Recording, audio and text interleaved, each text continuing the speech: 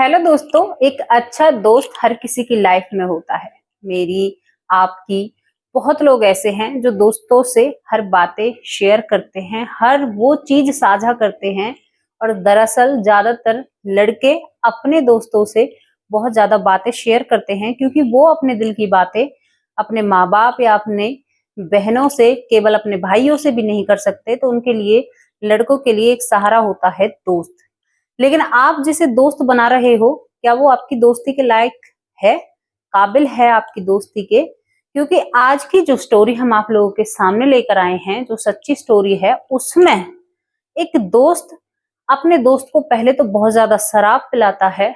उसके बाद उस दोस्त से मांग करता है कि तुम्हारी शादी हुई है तो तुम्हारी पत्नी के साथ मैं भी अपनी सुहागरात मनाऊंगा। और जो शराब पी रहा है, जिसकी शादी हुई है, वो भी इस बात से एग्री हो जाता है। और ये स्टोरी इतनी ज्यादा वायरल होती है क्योंकि वो लड़की तुरंत वो घर छोड़ देती है, तुरंत वो पति छोड़ देती है, जो पति उसके सामने ऐसी मांग कर रहा है। नमस्कार दोस्तों, स्वागत करती हूँ आप सभी का।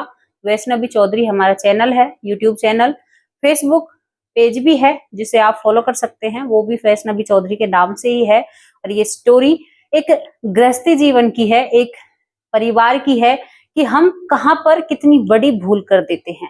ऐसी भूल कर देते हैं जिसको शायद सुधारा भी नहीं जा सकता। लेकिन इस कहानी में एक ट्विस्ट आता है दोस्तों, क्योंकि इस कहानी में एक बदलाव ऐसा आता है कि जो पत्नी घर छोड़कर गई थी, वो दोबारा उसी पति को अपना लेती है। और यहाँ पर बहुत इमोशनल बातें होती हैं, बहुत सारी चीजें ऐसी हैं कि आपको बहुत ज्यादा इंटरेस्टिंग ये स्टोरी लगेगी। कहानी शुरू होती है बिहार के पटना से। स्टोरी बिहार के पटना से शुरू होती है। वहां पर एक राकेश नाम का लड़का होता है, शादी की उम्र हो जाती है, शादी फिक्स हो जाती है, 2011 में इसकी शादी हो जाती है। शादी कामनी नाम की लड़की से होती है। दोनों की शादी धूमधाम से होती है। नया जोड़ा कपल अपनी पत्नी को घर लेकर आता है। उधर इस राकेश का एक दोस्त होता है राजू। राजू वो दोस्त था जिसे हम कहते हैं ना कि हमारा पक्का वाला दोस्त है ये, इससे हम हर बात शेयर करते हैं। राजू से दोस्ती होती है, सुहाग रात का दिन आता है। लेकिन जैसे ही शाम आती है तो राजू और राकेश दोनों मिलकर शराब पीने लगते हैं। दरअसल ये जो राजू होता है, ये इसको राकेश को बहुत ज्यादा शराब पिलाता है और पैक पैक इसको बनाकर पिलाने लगता है। शराब का नशा इतना चढ़ जाता है, दोनों में बातचीत होती है और दोनों ही सुहाग रात वाले दिन दुल्हन के कमरे में पहुंच जाते हैं। और ये जो राकेश होता है, कामनी से कहता है कि तुम्हें लड़खड़ाते हुए पैरों में दोस्त के कंधे पर हाथ था, और कहता है कि मेरी और तेरी सुहागरात भी होगी, लेकिन तुम्हें मेरे दोस्त के साथ भी सुहागरात मनानी होगी। कामनी ये सब चीजें सुनती है, पहली ही बात में विरोध करती है कि तुम्हारी हिम्मत कैसे हुई मुझसे ये बात करने की। तो ये जो राकेश होता है पहले तो डांटता है, जब कामनी कई बार मना करती है तो कामनी पर हाथ उठाता है। कामनी पूरा विरोध कर रही थी क्योंकि कामनी ये सब कुछ नहीं चाहती थी। और कामनी को फिर राकेश मारने पीटने लगता है, इतना मारता है कि कामनी बेहोश हो जाती है। ये सब कुछ राजू अपनी आंखों से देख रहा है और राजू अब इस चीज को बंद करना चाहता है, क्योंकि इतनी बुरी तरह से कामनी को पीटा गया था कि वो बेहोश हो चुकी थी। तभी राजू राकेश को दोबारा अपने कंधे पर हाथ रखकर और बाहर ले जाता है। बाहर दोनों शराब के नशे में टुल्ल होकर सो जाते हैं। उधर जब सुबह होती है तो कामनी होश में आती है। तो कामनी ना ही तो राकेश के घर वालों से बात करती है, पहले वो अपने भाई को इन्फॉर्म करती है, अपने परिवार को इन्फॉर्म करती है और भाई से कहती है कि भाई तुम तुरंत मेरे पास आ जाओ, मैं इस व्यक्ति के साथ नहीं रहूंगी। वो सारा किस्सा, वो सारी बात अपने भाई को सुनाती है। यहाँ पर एक गनीमत ये रही, एक परिवार का मेलझोल, कि उस महिला ने, उस लड़की ने इस राकेश पर कोई भी एफआईआर या कोई केस दर्ज नहीं किया। यहाँ पर जो राकेश होता है, वो जब सुबह नशे से उठता है, उसकी आंखें खुलती हैं तो पूरा नजारा उसकी आंखों के सामने होता है और वो अपने आप में शर्मिंदगी महसूस कर जाता है और वो घर छोड़कर फरार हो जाता है। उधर कामनी अपना परिवार छोड़कर वापस अपने घर चली जाती है और ये बात आगे चलती है। राकेश कई दिन में घर वापस आता है। उधर कामनी कह देती है चाहे कुछ भी हो जाए भैया, मैं उसके पास दोबारा नहीं जाऊंगी, क्योंकि मेरा भी मान सम्मान है, मेरी इज्जत है। अगर कोई भाभी से ऐसा कहे तो आप क्या कहोगे? भाई पूरा कामनी का साथ निभाता है। अब इन दोनों का डिवोर्स तय कर दिया जाता है, पंच पंचायत में इन दोनों को अलग कर दिया जाता है। राकेश अब बहुत शर्मिंदा था। कई दिन तक शर्मिंदगी में उसको नींद भी नहीं आती है, कई दिन तक वो परेशान रहता है। तो अब राकेश सोचता है कि मुझे कामनी से माफी मांग लेनी चाहिए। कामनी के घर राकेश जाता है, लेकिन घर वाले गुस्से में थे, रोष में थे, तो वहां पर राकेश को पीटा जाता है बहुत बुरी तरह से और राकेश फिर अपने घर वापस आ जाता है। यही सब कुछ चलता रहता है, समय निकल जाता है, दोनों अलग हो जाते हैं, परिवार भी अलग हो जाते हैं।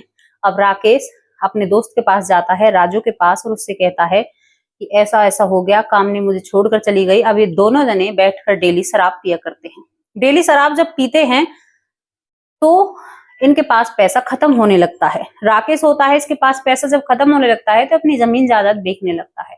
जमीन जायदाद बेचता है, खूब पैसा खर्च करता है। शराब का सेवन सुबह शाम दोपहर, सुबह उठते ही चाय की जगह वो शराब का सेवन करता है, इतना नशे में चूर हो जाता है। ये सब कुछ चलता रहता है। सारी जमीन बिक जाती है।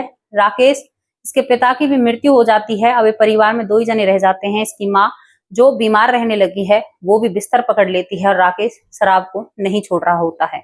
अब ये जब इसकी जमीन बेचती है राकेश की, तो राजू इससे 5 लाख रुपए लेता है।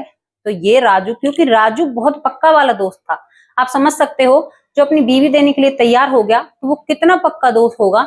अब ये राजू को 5 लाख रुपए दे देता है और राजू वो पैसे लेकर फरार हो जाता है। दोबारा राकेश को अपनी शक्ल नहीं दिखाता। जब ये सबरा किस्सा राकेश के सामने आता है राजू का, तो राजू की असलियत राकेश के सामने आ जाती है और पूरी जो उसने गलती की थी पूरी एक रील की तरह उसके सामने आ जाती है। और वो सोचता है कि मैंने एक दोस्त के पीछे अपना जीवन खराब कर लिया। अपनी पत्नी के लिए शर्मिंदगी पहले ही थी, उस शर्मिंदगी में वो शराब का सेवन करता था, उसे बहुत दुख होता। अब राजू अपनी माँ के खाट पर बैठता है, बिस्तर पर बैठता है, अपनी माँ को दिलासा देता है कि माँ आप चिंता मत करो, अब मैं कमाऊंगा और आपका पालन पोषण करूंगा और जितनी भी मुझसे गलती हुई है उसके लिए मुझे माफ कर दो। अपनी माँ से क्षमा मांगता है और अब ये कलकत्ता जाता है कमाने के पर्पज से।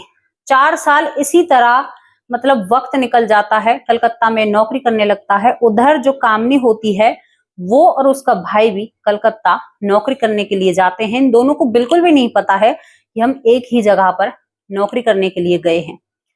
राकेश नौकरी करता है, कामनी नौकरी करते हैं। तो अब आता है समय 2015 और होली का टाइम होता है। तो होली पर सभी वर्कर अपने घर आते हैं, कोई नौकरी कर रहा है, कुछ भी कर रहा है। तो राकेश भी ट्रेन पकड़ने के लिए स्टेशन पर आता है कलकत्ता के पर, और कामनी भी वहां पर आ जाती है। कामनी का भाई भी होता है। अब राकेश जब कामनी को एक चेयर पर बैठे देखता है, वहां पर जो होते हैं बैठने के लिए, तो राकेश झट से पहचान लेता है कि ये तो कामनी है। अब राकेश अपने मन में विचार करता है कि मुझसे बहुत बड़ी गलती हुई थी, पत्नी है इस वजह से माफी नहीं मांगूंगा, क्योंकि एक महिला है और महिला का सम्मान हमेशा होना चाहिए। जो मैंने दारू के नशे में सारी ही चीज ऐसी कर दी है कि मैं माफी के लायक भी नहीं हूं, लेकिन तब तक मैं इससे माफी नहीं मांगूंगा, मुझे चैन नहीं मिलेगा। आज ये अकेली भी है। अब राकेश उसके साथ वाली बगल में बैठ जाता है और कामनी को देखने लगता है। कामनी पहली नजर में उसको पहचान नहीं पाती है, लेकिन दोबारा देखती है तो अरे भाई तुम तो राकेश हो। तो राकेश कहता है कि पहली नजर में ही, पहली बार में उसके मुख से जो शब्द निकलते हैं, तो वो कहता है कि कामनी मुझे माफ कर दो, तुम एक महिला, मैंने तुम्हारा इतनी बेइज्जती की, तुम्हारा इतना अपमान किया, मैं बहुत शर्मिंदा हूं। बस यही है कि तुम्हें बता नहीं सकता कि मैं मर नहीं सकता। कामनी 1-2 बार बात नहीं करती है, लेकिन फिर कामनी सोचती है कि चलो कोई नहीं, अब हम अलग तो हो ही गए हैं, इसकी बातें सुन लूं। तो दोनों आपस में हाल चाल पूछते हैं। कामनी कहती है कि और बताओ घर पर सब कैसा है। तो राकेश कहता है कि क्या कामनी, सब कुछ उजड़ गया, जमीन जायदाद सब बेचकर मैंने शराब का सेवन किया। मैं खुद अपने मुंह से कह रहा हूँ, पिताजी की मृत्यु हो गई है, माँ है जो खाट में बीमार पड़ी है। अब एक कामनी से कहता है कि क्या तुम ठीक हो, तुमने शादी कर ली। तो कामनी कहती है कि नहीं, मैंने शादी नहीं की है और मैं अभी शादी कर भी नहीं रही हूँ। तो वो कहती है राकेश से, क्या तुमने शादी की है। तो राकेश कहता है कि नहीं, अभी मैंने भी शादी नहीं की। यही दोनों के बीच में बातें होती हैं। तो राकेश एकदम खड़ा होता है, कामनी के पैरों में गिर पड़ता है, अपनी नाक उसके चरणों में रख देता है। कहता है कि कामनी, मुझे शादी टूटने का इतना दुख नहीं है, लेकिन मुझे दुख है कि मैंने तुम्हारे साथ ऐसा किया, एक महिला के साथ ऐसा किया। महिला सबसे ऊपर है। क्यों? क्योंकि तुम मेरे घर की इज्जत बनकर मेरे घर में आई, लेकिन मैं उसको सही तरह से नहीं रख पाया। वो रोने लगता है, क्षमा माफी मांगने लगता है। वो माहौल ऐसा होता है कि स्टेशन पर पूरी भीड़ जमा हो जाती है। जब भीड़ जमा हो जाती है तो जो कामनी का भाई स्टेशन से थोड़ी ही दूर कुछ लेने के लिए जाता है तो वो देखता है कि शायद कोई हादसा हो गया या कुछ हो गया। तो वो भागकर जब आता है तो देखता है जो उसका डिवोर्सी जीजा है और उसकी बहन रो रहे हैं, क्योंकि कामनी भी रो रही थी। कामनी के मन में कहीं ना कहीं ये था कि मेरे साथ ऐसा क्यों हुआ, क्योंकि उसका ये सोचना था कि जिसके साथ मेरी शादी होगी उसी के साथ मैं अपना जीवन व्यतीत करूंगी। जब कामनी भी रोती है और राकेश भी रोता है तो दोनों ही ऐसा पल और ऐसा माहौल वहां पर होता है कि सभी लोगों की आंखें फटी रह जाती है। कहीं ना कहीं सभी लोग मायूस और उदास हो जाते हैं, ये सब कुछ चल क्या रहा है। भाई आता है, पहले तो कामनी को राकेश से दूर करता है, लेकिन कामनी कहती है कि रहने दो भाई, मैं का इसको, अब तो हम वैसे भी अलग हो चुके हैं। लेकिन कामनी कहीं ना कहीं राकेश को पसंद करती थी या एक परिवार चलाना चाहती थी। जब राकेश क्षमा या माफी मांगने लगता है तो दोनों में ही सुलह हो जाती है। राकेश कहता है क्या तुम दोबारा मेरा साथ देना चाहोगी?